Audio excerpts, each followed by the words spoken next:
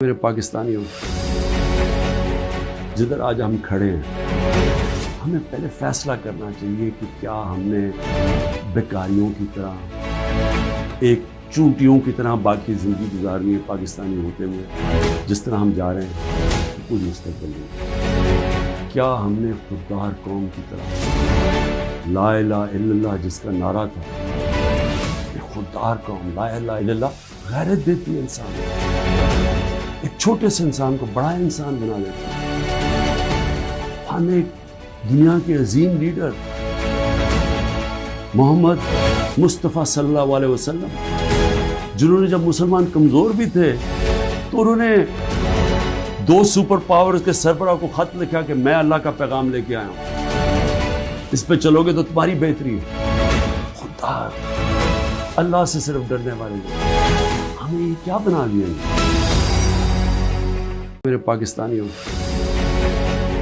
جدھر آج ہم کھڑے ہیں، ہمیں پہلے فیصلہ کرنا چاہیے کہ کیا ہم نے بیکاریوں کی طرح ایک چونٹیوں کی طرح باقی زندگی گزارنی ہے پاکستانی ہوتے ہوئے جس طرح ہم جا رہے ہیں کوئی مستقبل نہیں۔ کیا ہم نے خوددار قوم کی طرح لا الہ الا اللہ جس کا نعرہ تھا، خوددار قوم لا الہ الا اللہ غیرت دیتی ہے انسان کو، ایک چھوٹے سے انسان کو بڑا انسان بنا دیتا ہے۔ ہم ایک دنیا کے عظیم لیڈر محمد مصطفیٰ صلی اللہ علیہ وسلم، جنہوں نے جب مسلمان کمزور بھی تھے تو انہوں نے 2 سپر پاورز کے سربراہ کو خط لکھا کہ میں اللہ کا پیغام لے کے آیا ہوں، اس پہ چلو گے تو تمہاری بہتری ہے۔ خوددار، اللہ سے صرف ڈرنے والے لوگ، ہمیں یہ کیا بنا لیا ہے؟ میرے پاکستانیوں، جدھر آج ہم کھڑے ہیں، ہمیں پہلے فیصلہ کرنا چاہیے کہ کیا ہم نے بیکاریوں کی طرح ایک چونٹیوں کی طرح باقی زندگی گزارنی ہے پاکستانی ہوتے ہوئے جس طرح ہم جا رہے ہیں کوئی مستقبل نہیں۔ کیا ہم نے خوددار قوم کی طرح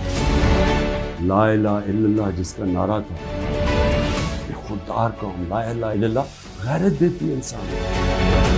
ایک چھوٹے سے انسان کو بڑا انسان بنا دیتا ہے۔ ہم ایک دنیا کے عظیم لیڈر محمد مصطفیٰ صلی اللہ علیہ وسلم، جنہوں نے جب مسلمان کمزور بھی تھے تو انہوں نے 2 سپر پاورز کے سربراہ کو خط لکھا کہ میں اللہ کا پیغام لے کے آیا ہوں، اس پہ چلو گے تو تمہاری بہتری ہے۔ خوددار،